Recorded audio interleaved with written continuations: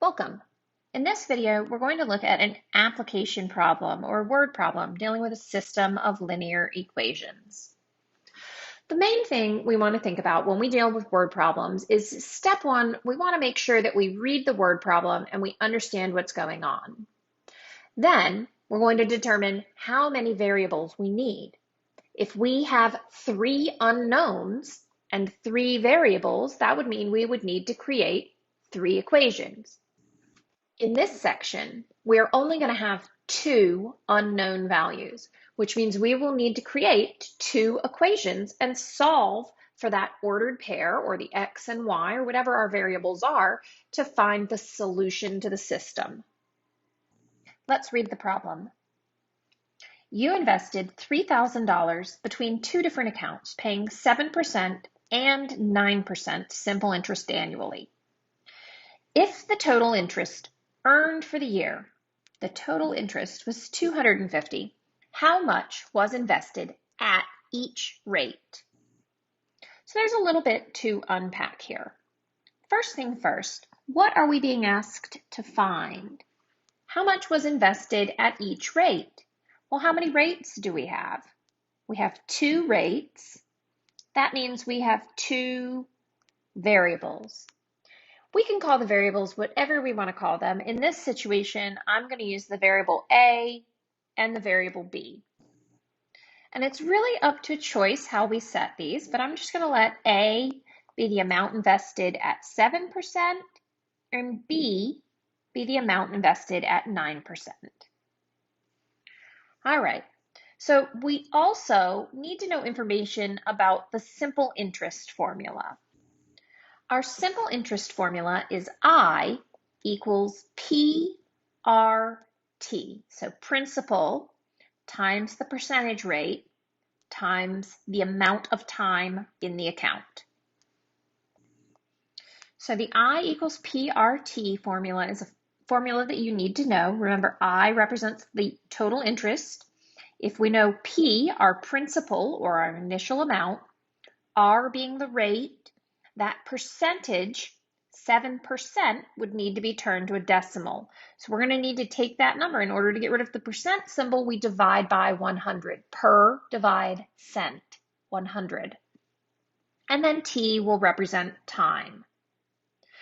So if we know the total interest for the year was $250, how much was invested at each rate?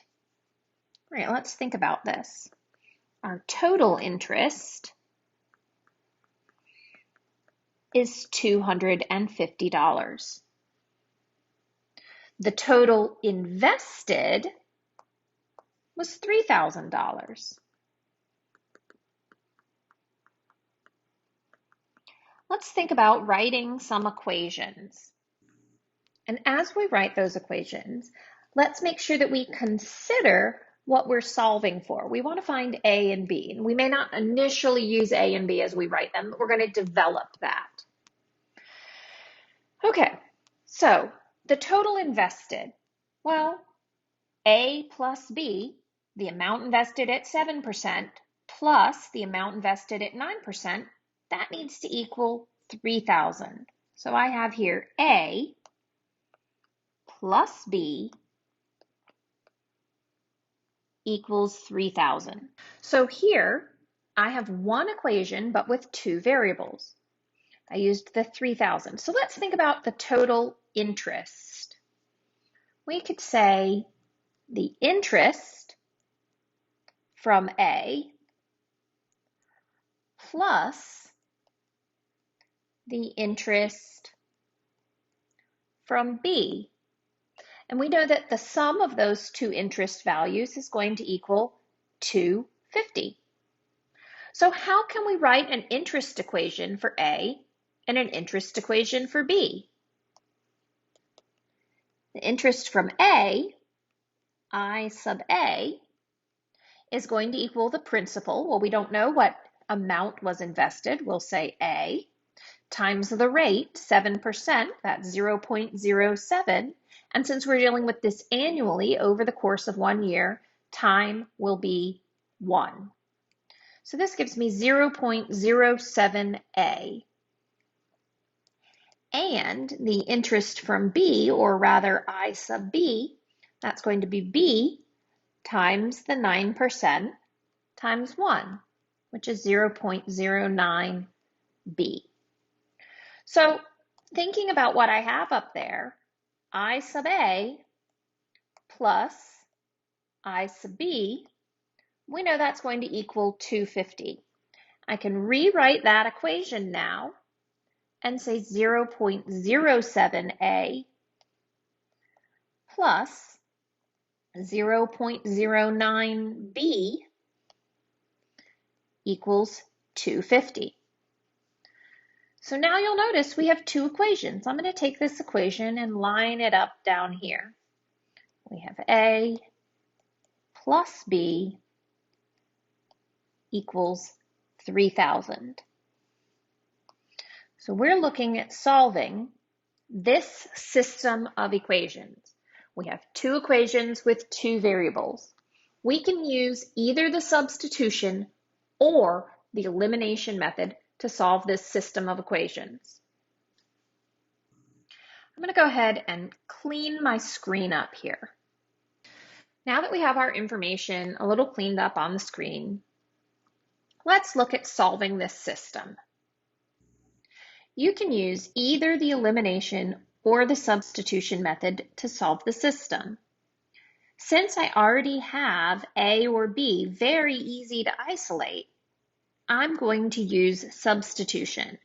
I'm going to take this bottom equation and rewrite that and say B equals 3,000 minus A.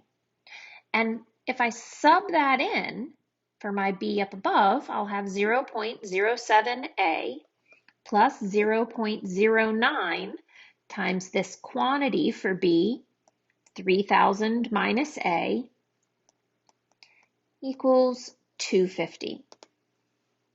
As we look at solving this, we'll need to distribute that 0.09. So I have 0.07A plus 0.09 times 3,000 is 270 minus 0.09A equals 250. Now we have some like terms we can combine. 0.07A minus 0.09A, that gives me negative 0.02A. So I still have my plus 270 is equal to 250. One thing I always notice is students start to panic when they get this negative here. But what you'll see is when I subtract negative 270 from both sides, I'm going to get a negative on both sides of my equation. So I've got negative 0.02A equals negative 20. So now when I divide on both sides by that negative coefficient, it disappears. So don't panic. Don't think you immediately did something wrong, but it's always good to be aware and alert.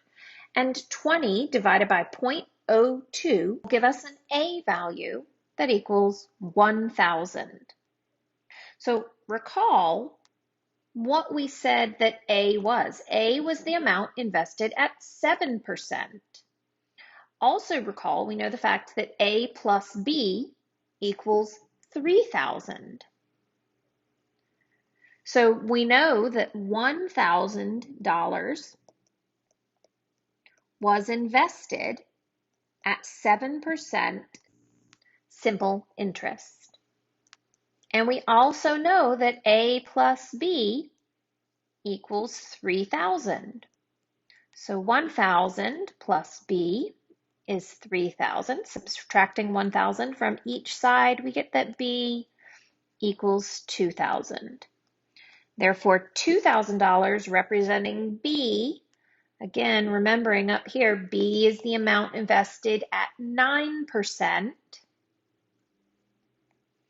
2,000 is invested at 9% simple interest. And those would be our two answers.